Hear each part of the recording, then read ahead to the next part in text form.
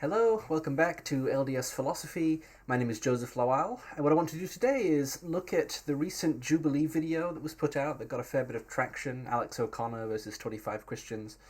And I want to look in particular at the kind of end quasi-debate section, the 10 minutes in which Alex and Jacob Hansen got to have a conversation about the problem of evil, and particularly the way in which Latter-day Saints are able to respond to the problem of evil. So what I'm going to do is kind of watch that portion of the video and comment it as it goes along. I think Jacob did an admirable job of representing the Latter-day Saint position. And so I think it can be instructive for me to have a look at that as kind of someone who's in some ways a bridge between Jacob and Alex. So like Jacob, I'm a Latter-day Saint, and I think that we do have resources in responding to the problem of evil that other Christians don't. But like Alex, I'm trained in philosophy, and so I have kind of some more resources for being able to talk about these things and express the views that I think Jacob is trying to express in ways that are more intelligible to philosophers or people trained in the analytic tradition in philosophy. And so that's what I want to do today. I mean, I will say, up front, the problem of evil is not an area on which I work as a philosopher. I'm very interested in philosophy of religion. I've read a lot of the literature on the problem of evil, but it's not an area that I'm, for instance, in a position to publish on currently. So I am quite familiar with the analytic literature on the problem of evil, but it's not my main area. Although some of what is said here, I think, does come closer to bearing on areas that I do work on. So I want to say that as just a disclaimer for, explaining why, if there's a particularly relevant paper that I don't cite here, it's entirely possible I'm not familiar with it, although I am, as I said, fairly familiar with the outlines of the literature on this. So let me go ahead and play part of this here, and then I'll comment as we go along. My claim is that the restored gospel, also known as Mormonism, provides a conception of God that is more rationally defensible than any other creedal Christian sect. I think this is actually quite a good claim for Jacob to go with. I think comparing our conception of God with, say, the classical Christian conception of God, classical theistic conception of God, I think is actually quite a good place to go. I wouldn't take it the way that Jacob did. I think the problem of evil is such a thorny issue, and I think it's a one that in many ways is a win for atheists. So I would be hesitant for this to be the place that I want to say is like the number one area that I would want to compare our view to other views. But that's not to say it's a mistake to have done this. I think we do have certain distinct advantages here, and Jacob mentioned some of them. But I would have gone more in the direction of just kind of talking about the way in which the classical theist conception of God makes God so unlike us that it's kind of unclear that much of our talk of God is intelligible, or perhaps it's just outright false. Certainly many of our practices in relation to God are hard to make sense of on the classical theist conception, where God is impassible and simple. I mean, things like divine simplicity have so many problems philosophically that's where I would be more inclined to take this kind of thing. But as a starting claim, I think it's a really good claim to start with in this kind of setting when he's engaging with an atheist. Okay. Oh, tell me why. I must admit, I don't know very much about Mormon theology. I know you also don't like being called Mormons, right? So I don't quite know what term to use. We generally are known Latter-day Saints. Latter-day Saints, the church, a member of the Church of Jesus Christ. Yes. Our theological I'm just speeding up the playback speed here. claims, for example, the problem of evil. Okay, so the way that we address it. So the problem really, so far as I can tell, that you have isn't so much with suffering, right? Because suffering could be something that is justifiable, right? Yeah, in principle. It's sort of the amount of suffering, the depth of suffering. Absolutely. So the issue really is injustice. So I think Alex pushes back on this formulation of the problem, and I think Alex is right too. I think it's wrong to say the problem is one of injustice. I think it muddies the waters a bit because the notion of justice is in many ways more opaque than that of suffering, and I think it just introduces unnecessary complications. I also think it might just be wrong. I think injustice in this world is not necessarily the thing that the atheist is concerned with. I mean, so again, one reason is because it's a more opaque notion. It suggests that the atheist needs to have a robust notion of justice in order to challenge this, right? And I think justice is a notion that we associate much more heavily with persons, and so it's easier for the theist to respond with things like, well, how can you even say there's some kind of cosmic justice without a kind of a cosmic lawgiver, right, that determines what justice is? And so I think Alex is right in a moment to push back on this framing in terms of justice. I think what Jacob is driving at, and this is right, is that the atheist isn't just concerned with suffering simpliciter, it's gratuitous suffering, right? Suffering that doesn't have any kind of redemptive value. I suspect that's something like the way that Alex would frame it, and I think it drives at what Jacob is suggesting, where there's a distinction between kinds of negatives in the world, what he's distinguishing, between injustice and suffering. I think it should be really just like gratuitous suffering and other kinds of suffering that we can make sense of having redemptive value, right? But I don't think it really has a huge impact on this discussion here, but I do think it's a mistake to frame this in terms of injustice. It's not injustice, it's suffering, and particularly suffering of non-human animals. Okay, and fair enough. So with the concept of injustice, the Latter-day Saint conception of God is that God actually, his purpose is to make us become as he is. Yes, does that include animals as well? Animals are part of the created order that will be redeemed along with the rest of the created order. Okay, so what does suffering do for them? Suffering is part of the inherent nature of the world as a fallen world, okay? Even for animals? Yes, even for animals. Whose fault is that? Let me break it down. I'm a lot of questions. Yeah, let me break it down like this. Sure. So if I have a child, and I want my child to grow up to become like me, my child needs to go out of my house. He needs to go into the lone and dreary world. And if that is the case, that means that there's going to be some level of separation between me and him. He's in the world of injustice. It's a world that is unfair. Why is that world unjust and unfair? Because I understand what you're saying. In this analogy, you want your child to become like you. And what that's going to involve is encountering suffering, developing as a person, getting thicker skin. But the only reason that you want that for your child is because they're going to live in a world where they're going to have to encounter that, and you want them to be better at dealing with that, right? If you were given the opportunity to give your child a life that was separate from you, where they went about and did their business, but there wasn't that kind of suffering, and you chose the one in which there was suffering just for the sake of it, I think that would be problematic. Well, it's not. So I think, okay, so to start with, it's clear that Alex is most interested in the problem of evil framed in terms of the problem of evil for animals, right? And Jacob's clearly coming at this thinking about the standard problem of evil, right? How do we account for the suffering of human persons? And, in so many ways, that's the easier one to account for because you can point to things like soul building, right? The kind of standard answers to the problem of evil often are built around the ways in which suffering and evil help human beings develop to become like God in some broad sense. For Latter-day Saints in particular, becoming like God is a really robust part of this, right? And Alex, from the get-go, is really interested in the problem of evil as it relates to animals. Why is there animal suffering if it doesn't look like animals have the same kind of soul building or kind of these goods that can only be attained through suffering? That's going to be, that's kind of one disconnect at this point. But to comment on what Alex just said here, he says the only really reason that you want to allow a child to build thicker skin, develop these virtues, is because they're going to be in a world in which they're going to be facing suffering of various kinds. It would be wrong to send them into a world in which they have that if you have a choice not to. And Jacob is going to push back on the suggestion that there's an option to send people into a suffering-free world, which I think is the right way to take this.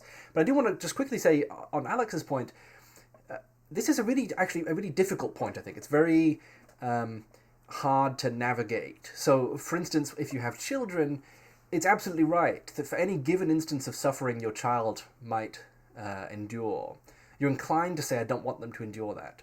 And yet, it's also true, and I think that this is, I think, very clearly the case, and it's easier to notice once you're a parent. You come to realize that there are instances of suffering that you have to allow your child to go through. And in fact, I think the moral thing to do when you have a choice between a child not suffering and a child suffering sometimes is to allow the child to suffer in specific ways. That's not to say that you ought to go out of your way to inflict as much suffering on a child. But it's also clear that a child will never, this is a psychological fact, but I think it goes a bit deeper than that as well, will never develop the kinds of attributes that make them flourishing persons if they never encounter any kind of pushback, right? So I think perhaps Alex would allow that, but the way he phrased his point there, I think, is in tension with that. I think it's really important to keep in mind that certain kinds of development do appear to require certain kinds of suffering in the broad sense, evil in the broad sense, right? So I don't think it's the case that a parent, every time they have a choice as to where to put their child, should put them in the child that minimizes suffering, and again, in the broad sense. I think that would be a mistake to take that to be incumbent on parents, and then, by analogy, or maybe literally on God as well. I chose to put them in that world. See, this is a difference in Latter-day Saint theology. Sure, that's what I'm interested in. In Latter-day Saint theology, there is a pre-existence, and human beings, knowing the unjust nature of reality, have the choice. Oh, they choose to. They choose to enter into the mortal state, to pass through. The way to look at it is there's this realm of injustice where anything can happen. I can go out tomorrow, my kid can get cancer, all these things can happen. And the idea is we say, but if you're willing to pass through the realm of injustice, this is a necessary condition to reach your divine potential. How come? Why is it necessary? I think it's right to say that the fact that we consent to coming into this world on the Latter-day Saint picture as a pre-existence, and we're aware of what's going to happen, and then we enter into it willingly, I think that's right, that's a kind of bonus. That's a nice feature of our view in terms of helping explain the problem of evil. I think possibly even if there isn't redemption or kind of a redemptive element in each instance of suffering that exists. It's possible that the kind of fact that we sign up for this is a contract into which we enter willingly. I think that can really help even with those kinds of suffering. I think that would have to be developed further, but I think that is, an underappreciated element of the advantage that Latter-day Saints have. This next portion, though, I think is where Jacob really starts to get into trouble. I think, especially because these are philosophically pretty tricky issues, and so we'll see how that comes out here. Sorry. There's another thing about Latter-day Saint theology that's different. Like, for instance, God cannot create a square circle. Why does that apply here? I mean, can't he do that? Because God cannot bring you to your divine potential because of the nature of the laws of reality. Okay, but like, why not? Because you're just sort of restating that he can't do it. I want to know why. I know what I'm saying is that there are laws that even God is bound by. Like, which laws are... So yeah, the question here on Alex's part. Okay, so I guess Jacob started the claim: God can't bring us to be like Him without us enduring certain types of suffering. Right? There's some modality here on which it's true that God can't do that. Right? So by modality, modality dealing with possibility and necessity. Right? And we get the name from the fact that these are modes of truth. Something is possibly true or necessarily true, and there are different ways of taking the term possibly or necessarily, right? So if I say that I had a banana for breakfast this morning, but it was possible that I had toast, in that case I might be saying that I could have done otherwise than I did, right? I did in fact eat a banana, but I could have chosen to have toast. There's some way the world is, some features of the world that make it such that it was possible for me to have done otherwise than I did, right? But then suppose I can't remember what I had for breakfast this morning, and someone said, "Did you have toast?" I could say, "It's possible I had toast." And there I might mean it's epistemically possible, right? As for all I know, given the kinds of things I know about my habits, the fact that I don't mind bananas, I regularly eat them for breakfast, and that I can't actually remember what I had for breakfast, it's possible there epistemically that I had breakfast, right? So you can kind of distinguish between epistemic and non-epistemic modalities, right? But then even when it comes to non-epistemic modalities, you're going to have kind of a wide range of views as to what constitutes the kind of actual limits on what can be the case, what necessarily is the case, and what possibly is the case. And so I think, well, I mean, we haven't quite got there yet, but kind of as a first pass as to what's going wrong here, I think, in Jacob's formulation, or what could be improved, is that Jacob's putting this point in terms of laws of nature, or laws that exist, right? I mean, laws of nature most standardly are understood as kind of the things in which scientists are interested, right? So the laws of physics, the law of gravity, right? And then Jacob also in a moment mentions kind of laws of logic, right? The law of non-contradiction, maybe the law of the excluded middle. So these are kind of, I mean, the nature of laws is a very fraught topic in philosophy in general, but I think at a first pass, it's just not best put in terms of laws. For one thing, because I think laws in general, kind of reifying laws, making them seem as if they're like really imminent things, is tends to be kind of misleading. It's hard to kind of get into this without getting into really fine details of philosophical views. Maybe let Jacob say a bit more, and then I'll comment on the way he puts it as things go along. But as a first pass, I do think probably it's best not to talk in terms of laws that limit God. I'll give kind of my preferred formulation after I let Jacob talk a bit more here. Are relevant here? Like, which laws is like the law of non-contradiction, for instance. Explain to me how the law of non-contradiction binds God to not create a world where there's no suffering? Because that relationship with God must be freely chosen, and God cannot force, because there is the question, why doesn't God just make us all happy? But that's a separate question, because God could make a world in which there's no suffering, which you're still I disagree. In which you're still free to choose whether or not. Okay, sorry. So we'll get into quite a few issues here, but so is the law of non-contradiction relevant here? So I think the suggestion, this is the way I've heard Jacob put this kind of point in other places, is to say that it's logically necessary that God couldn't make a world in which we don't suffer, for instance. And I think that is a mistake. I think logical modality is not the relevant modality. I would be worried even about talking about what sometimes philosophers call broad logical possibility and necessity. So logical necessity has to do with when something results in an outright logical contradiction, right? So I'm Joseph and I'm not Joseph, kind of in the same sense at the same time. That would be a logical contradiction, right? It violates the law of non-contradiction, A and not A, right? You can't have A and not A in the same sense at the same time. Otherwise, you're resulting in a contradiction. That's kind of the most straightforward sense in which we can say something isn't possible, is when it results in a logical contradiction. And I think one way to try to make all possibility and necessity logical possibility and necessity is to transform any kind of statement that you think is going to be logically contradictory ultimately into an outright logical contradiction, right? So, for instance, can a bachelor be married? Well, you might be tempted to say that's a logical contradiction because a bachelor is an unmarried man, where unmarried means not married. So you have bachelor equals not married man. So then can a not married man be married? Well, no, because we have not married and married. That's an outright contradiction, right? So you have in explicit terms, you could formalize it, this contradiction, right? A and not A. And I think, so that was a popular way of thinking about modality, broadly construed. It was more linguistic, kind of in the positivist era, but it was popular to think that you can transform any ultimately contradictory statement, any necessarily false statement, into an outright contradiction like that. One problem with that view, it turns out, is that it appears to require synonymy and perhaps analyticity, this notion that some things are true in virtue of meaning, in a way that I think is really hard to sustain. So famously, this was kind of Carnap's view, and then Quine comes along and points out that there are some serious problems with this kind of view. The terms that are involved are kind of obscure in a way that anyone should have a problem with, but Quine really in particular was saying Carnap shouldn't accept, given Carnap's emphasis on kind of a language that's like very clear and scientific. So given Carnap's interests in particular, but I think Quine also just kind of in this paper, Two Dogmas of Empiricism, developed these arguments that many philosophers have taken to really cast into doubt the distinction between analytic and what are called synthetic statements. And then this guy, Hilary Putnam, develops these arguments further, and there have been lots of other arguments against analyticity since. And I think it's very unlikely that analyticity is a notion that can sustain this kind of robust philosophical point in the way that would be required for, I think, it to be straightforwardly true that it's logically impossible that God could make a world in which we don't have to suffer or something like that. So these are somewhat technical points, but I think on these grounds it is probably just a mistake to say that it's logically impossible for God to do these things. Philosophers have tried to kind of develop notions of modality that aren't quite as strict, so what you might sometimes hear called broad logical necessity, or perhaps metaphysical necessity and possibility, metaphysical modality. Even there, I think these are really tricky notions. I'm not sure it actually adds a whole lot to this discussion to try to make some of these distinctions. I think the best way to say something like this is to say, look, when we observe that someone has a certain virtue, like the virtue of being kind, for instance, we might doubt, it would be pretty ordinary to doubt that they are morally praiseworthy in the relevant way for having that virtue if they didn't acquire it in a certain way, right? So if we create a robot that behaves in a way that we would naturally describe as kind in human beings, we're unlikely to say that the robot's kind of praiseworthy in the right way because it hasn't developed that virtue.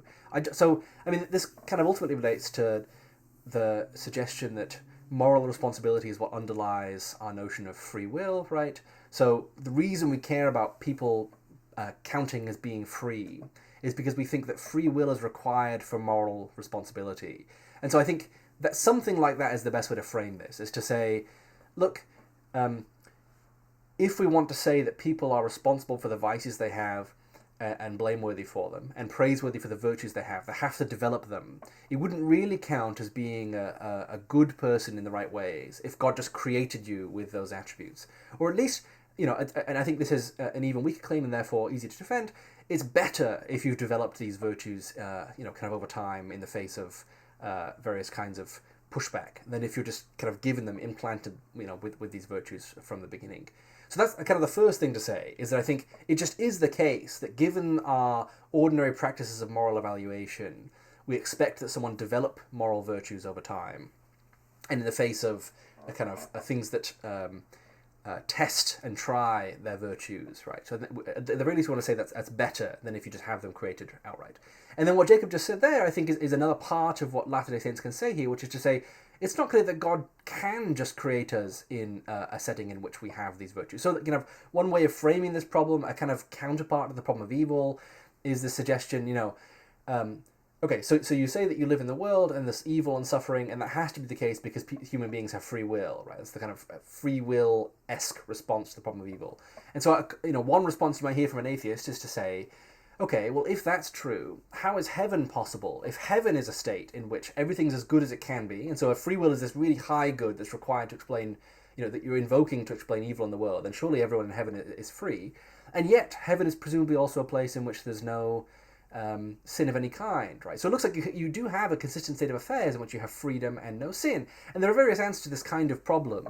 But I think Latter-day Saints have an easier time, given that we don't believe in the same kind of omnipotence that classical theists often do, where for us, it's easier for us to say that God is omnipotent, but we mean something more constrained by that than many classical theists do, where classical theists often do actually mean something like God can do whatever's logically possible.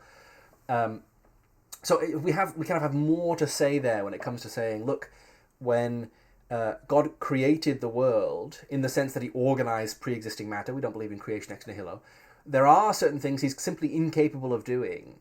And, you can finesse that to make it consistent with saying God can do everything that can be done, right? So that maybe these are things that can't be done.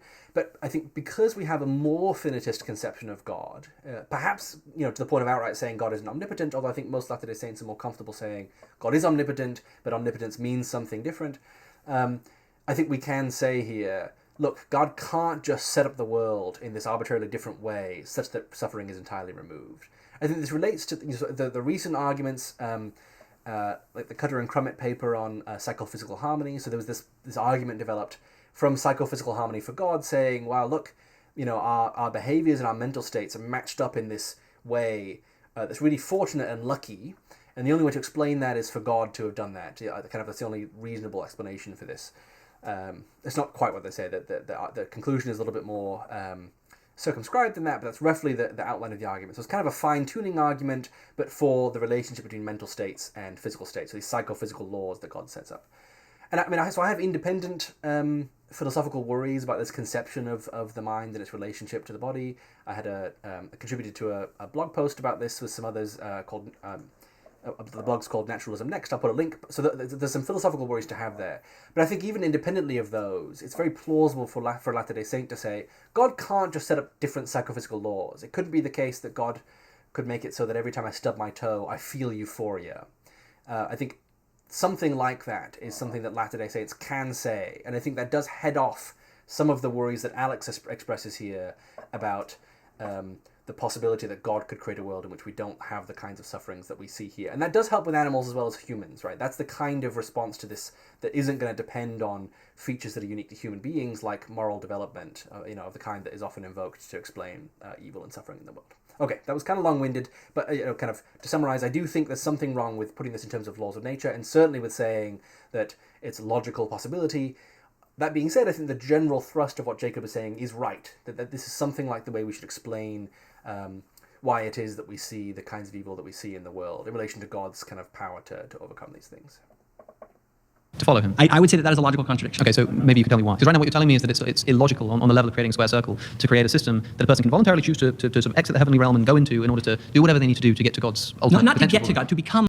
So yeah, that's why Jacob does say it's a logical contradiction. I think, Alex is pushing back by saying, is that really on the same level as God's creating a square circle? I think it is just right to say it's very implausible that this is the kind of possibility in question. It's not the same kind of statement to say God can't create a square circle and God can't make it so that we can come to be like him without enduring this kind of veil of suffering, right?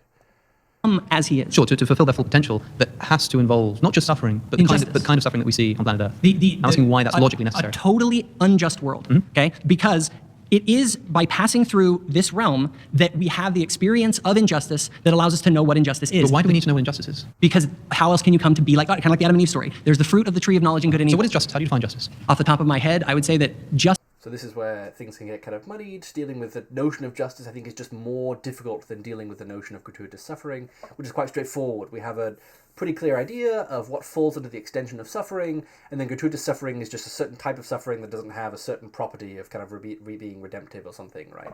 Whereas invoking this notion of justice, I don't think actually adds anything to the discussion, and it does also distract. It causes us to ask questions like, what do you mean by justice, right, as Alex does here. I mean, this is kind of just a very... a nice and standard move in a debate, ask your opponent to define their terms, to look for problems to exploit here, right? I think that's the standard thing that Alex is doing. He doesn't really end up seeing much wrong with the notion of justice that Jacob presents, but I think in a kind of more fleshed out setting where you're trying to develop all these thoughts much further, I think it would be a mistake to try to press this point in terms of injustice. Justice is getting what you deserve. Yeah, right, okay. And so the problem is that, like, you can imagine a situation in which there was nothing wrong, nothing bad, nothing evil, and therefore no need for this rectifying force of justice. It's a little, we say justice is a good thing, but justice is a good thing insofar. Justice is a good thing insofar as it overcomes injustice. That's what it's there for. In the same way that chemotherapy is a good thing because it tries to overcome cancer. If I said that I was going to create cancer so that we could have the good of chemotherapy, and you said, why would you do that? And I said, because there's no way for us to achieve the good of chemotherapy without creating cancer. You look at me like I'd lost my mind. No, it's... So, I mean, Jacob brings this point up later, but the problem here, as far as responding to Latter-day Saint conceptions of all these things, is just that, I don't think there's any reason to say that God created the cancer in this analogy, right? So injustice or suffering or whatever it is not ultimately something that God is responsible for, in the sense that it's not the case that this is kind of wide array of possible worlds, some of which don't involve suffering, some of which do. God had his choice of all of these, and he ends up deciding the ones in which suffering obtain are better for us or something, right? That's kind of the logical space, the modal space that classical theists have to deal with, because they inflate God's omnipotence to the point where he clearly can make these kinds of worlds obtain, right? I think for Latter-day Saints, it's just not clear that we should assent to saying that among the possible worlds God could have actualized, there are those that involve no suffering at all, right? So then certainly it makes sense why we'd want to invoke in the phrasing that's being used here, justice, right? God certainly, given that there already is injustice, God should try to allow us to, have access to justice, or whatever the phrasing we want to use here.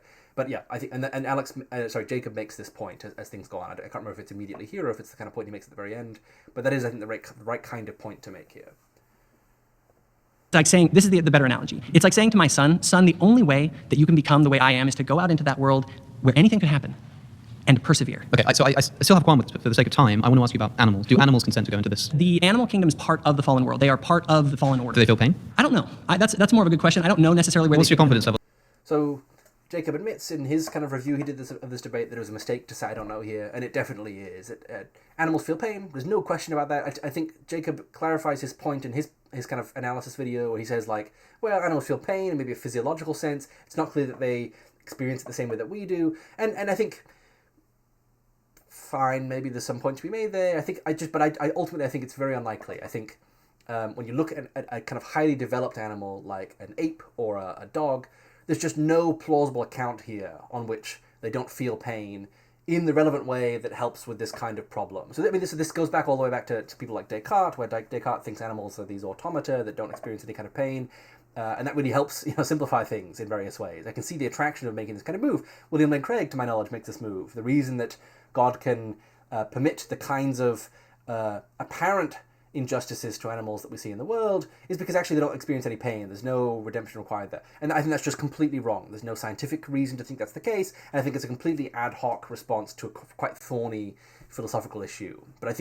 I don't think the right response to this is to say animals don't feel pain. And maybe this is a good time to kind of mention my worries about the way that apologetics is done surrounding the problem of evil. So I think this is actually one of the few problems in philosophy where talking about it the way philosophers do can very clearly make us worse people. I think it is there's a real danger of becoming kind of callous and approaching moral issues in a very unhealthy way if we allow ourselves to think along the lines of like, well, maybe animals don't suffer and therefore they're not moral agents, or there's the kind of passage in Swinburne that some apologists kind of get worked up about if you challenge, where Swinburne says something to the effect of, if one fewer person had burned in the Hiroshima atomic bombing, there would have been one fewer opportunity for people to express sympathy and courage, right? And I think that's a mercenary and kind of morally abhorrent approach to these kinds of issues. I don't think it's the case that God is looking at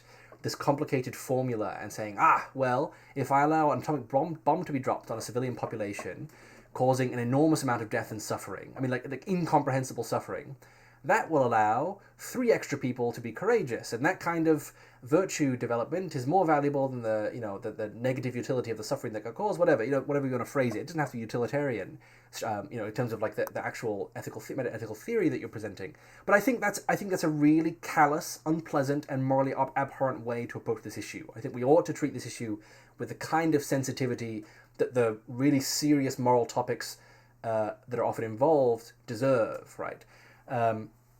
So I think we just need to be cautious of that in this kind of setting. I think it's the kind of place where philosophical theorizing is a genuine danger of making us worse people. So I just want to flag that as something that this issue deserves a very serious look. I think it's a very serious problem for theists. One of the places in which atheists do have a genuinely strong case, and I think we ought not to kind of write that off or think that, oh, you know, as Christians or as Latter-day Saints, we have these kind of answers to them and I don't have to worry about it anymore. I think it should trouble us that there's evil in the world. And I think it should trouble us when philosophers say things like, Hiroshima needed to happen because it allowed them to be more courage in the world. I think we should be troubled by that kind of suggestion.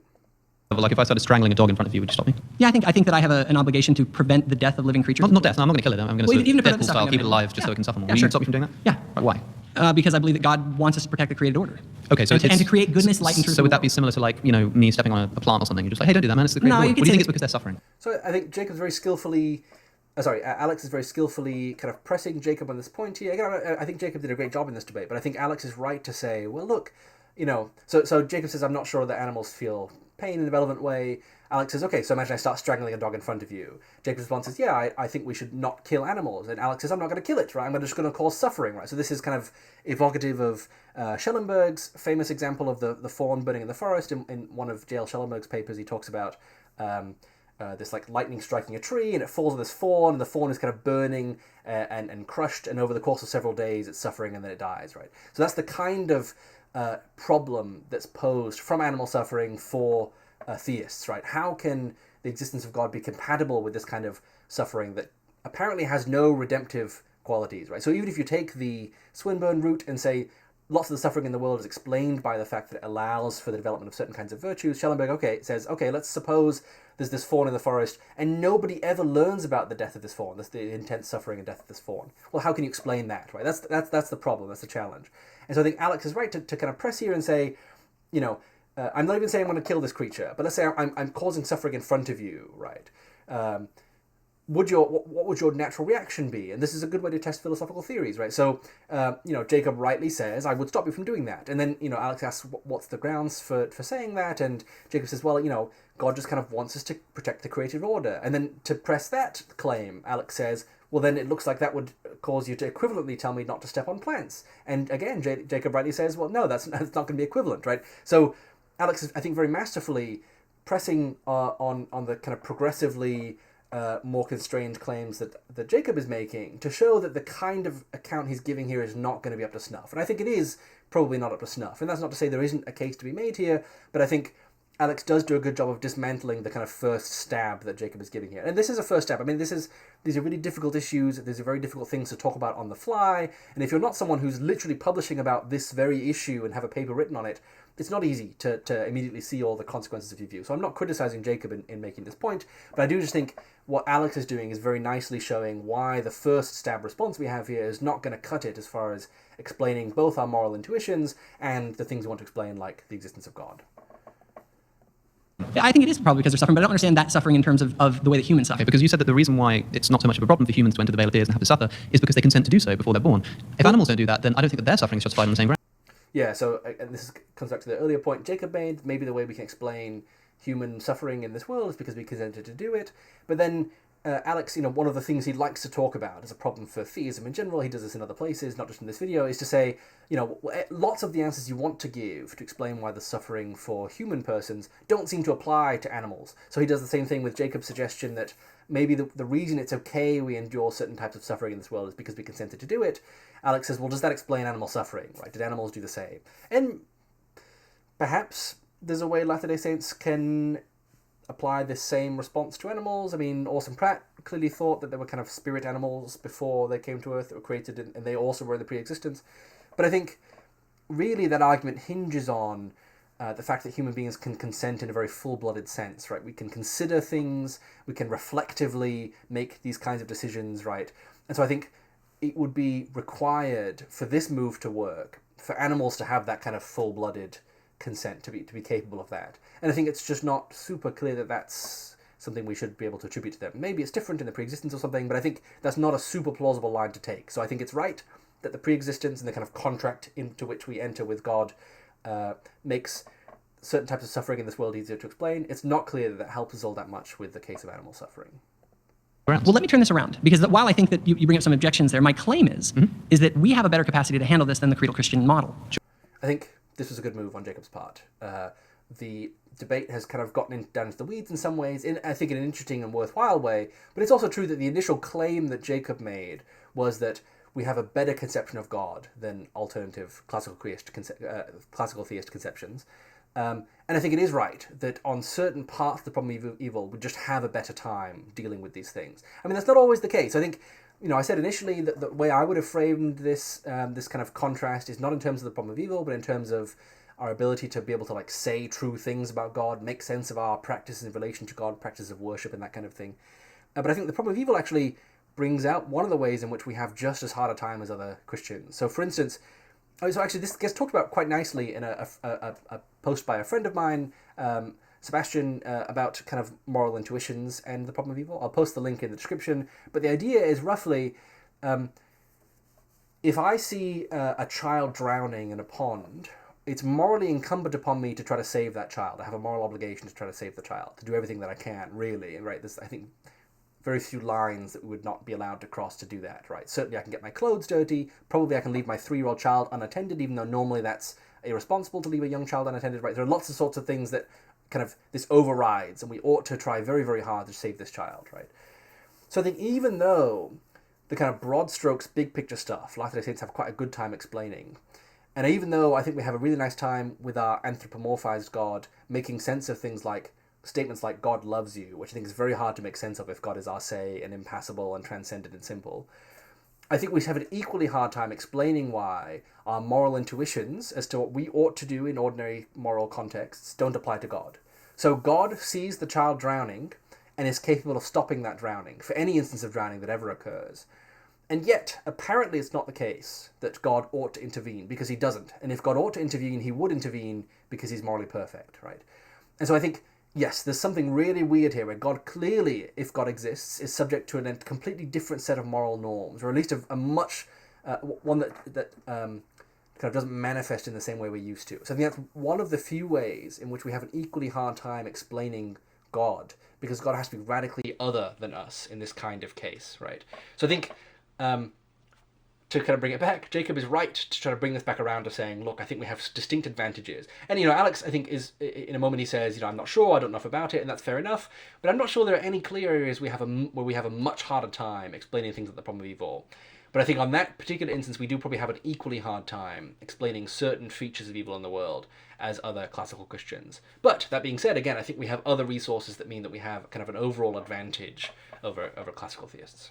Sure. Okay. So would you agree with my claim that we have a better model than creedal Christianity? I don't know, because I don't know enough, because we've only been speaking for 10 minutes. There are probably things that it deals with better and things that it deals with worse. For example, I've spoken a ton on my show about the Gnostic cosmology, which I think does a lot to do away with problems like the problem of evil and the weird sort of seeming immateriality of Jesus in some passages and stuff. But there's a lot of problems with it too. There's a ton of problems, such as God's providence and the nature of why the demiurge is created. All of these ideas are oftentimes, I think, created because they better account for certain things over others. Don't think that's necessarily the case with Mormonism, of course. But yeah, I'm sure in some cases it does better, in some cases it does worse. In this case, I don't think there's anything more to explain the suffering of animals. Your problem with the suffering of animals is that it's unjust. No, it's not. Then why do you? Then what? Suffering. If suffering ultimately is redeemed, let's say the animals on the other side, for all they suffer, they get the best possible animal future that you could ever imagine, and the animals get there and they go, "This is great. It was all worth it." Yeah, then it would be worth it. So there's something here that we can say, right? So this is something that other Christians have said before. There was some kind of animal heaven that is, so good that it outweighs the suffering they enjoy in this life.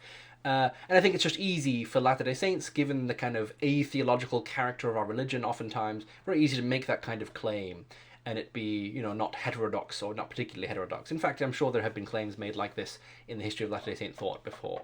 But I'm not sure that actually quite gets the problem that Alex is trying to outline here, and he'll say a bit more about, I think, what that problem actually is. Worth it. So it's the injustice of it. The question is, why aren't they just given that without the suffering first? I can understand why that wouldn't happen with humans, but whatever. Again, I want to clarify, I still have qualms with the idea, but let me just grant it for a moment. I can understand why you need to do that with humans before they get the nice reward at the end. But why the animals? Why cause them to suffer? So that's one problem, right? It looks like there's no conceptual connection between the suffering that animals endure and the reward they receive in the next life. So if the idea is just, look, animals, I'm sorry you're going to endure all the suffering, but we're going to arbitrarily give you all this nice stuff to make up for it in the next life. There's no conceptual connection there, right? Whereas there's a conceptual connection between the suffering that human beings endure and the virtues they're meant to develop as a result of that, right? So there's an actual, you have to have the suffering in order to get the virtues. That's the claim, right? But that clearly doesn't apply with the animals. We're just saying, because you had to have the suffering, we're going to give you the reward. But in that case, because there's no requirement for the suffering to come before the reward can happen, Alex is saying, well, why wouldn't God just give that to them from the get-go, right?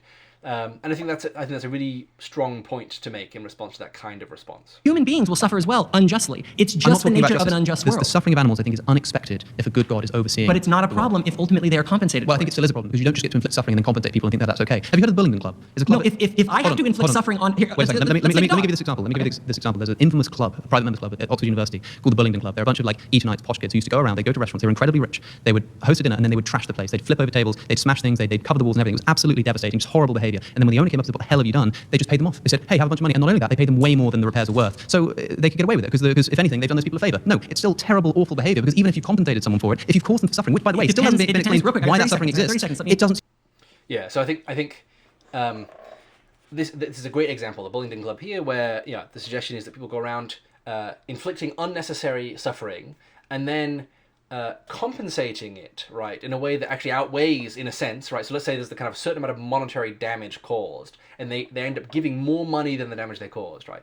That doesn't actually get rid of the injustice here. And I think actually justice on this particular example is the relevant concept, right.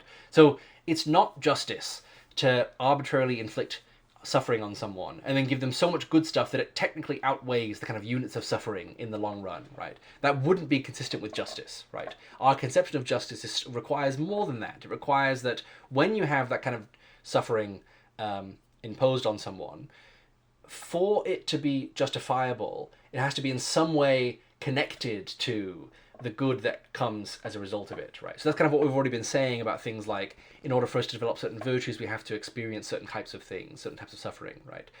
But when you have this like conceptually disconnected good that comes as a result of a bad that's done, I think Alex is absolutely right that that's inconsistent with our conception of justice. It would not be just if God were to just hurt animals without there being any requirement for it in terms of, allowing human beings to experience certain kinds of experiences we have to have in order to develop our virtues, and then just kind of paying them back in the long run, right? So this kind of, you can think about this like in the kind of well-known and in philosophical circles fairly well-regarded, The Ones Who Walk Away from Omelas, right? The short story by Ursula K. Le Guin, right? Where there's this kind of amazing society that enjoys kind of perfect harmony and all kinds of flourishing, right? She paints this picture of the society, and it's, and she really kind of says, just fill in the blanks, right? Whatever you think is a flourishing society, that's what we have here. It's like a perfect utopia, except that in order for this to happen, there has to be this child that's kept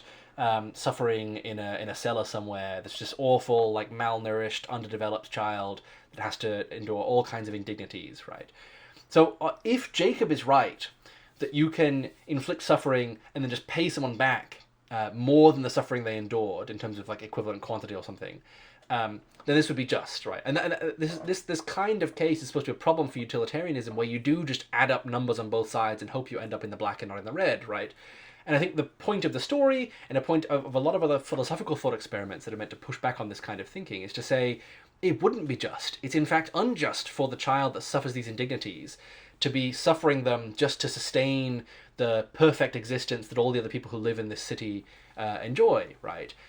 So this comes up in all kinds of literature, in the Brothers Karamazov as well, right? It's the kind of one suffering child. If you could pin all of the awful things in the world, all these awful experiences on one child, and no one else has to experience them, if that child doesn't consent to it, you've got a real problem. So something like this is meant to be going on with kind of the absolution of our sin in Christ, right? Where kind of Christ takes all the penalties or something, right? Depending on your conception of what happens in the atonement, your theory of atonement.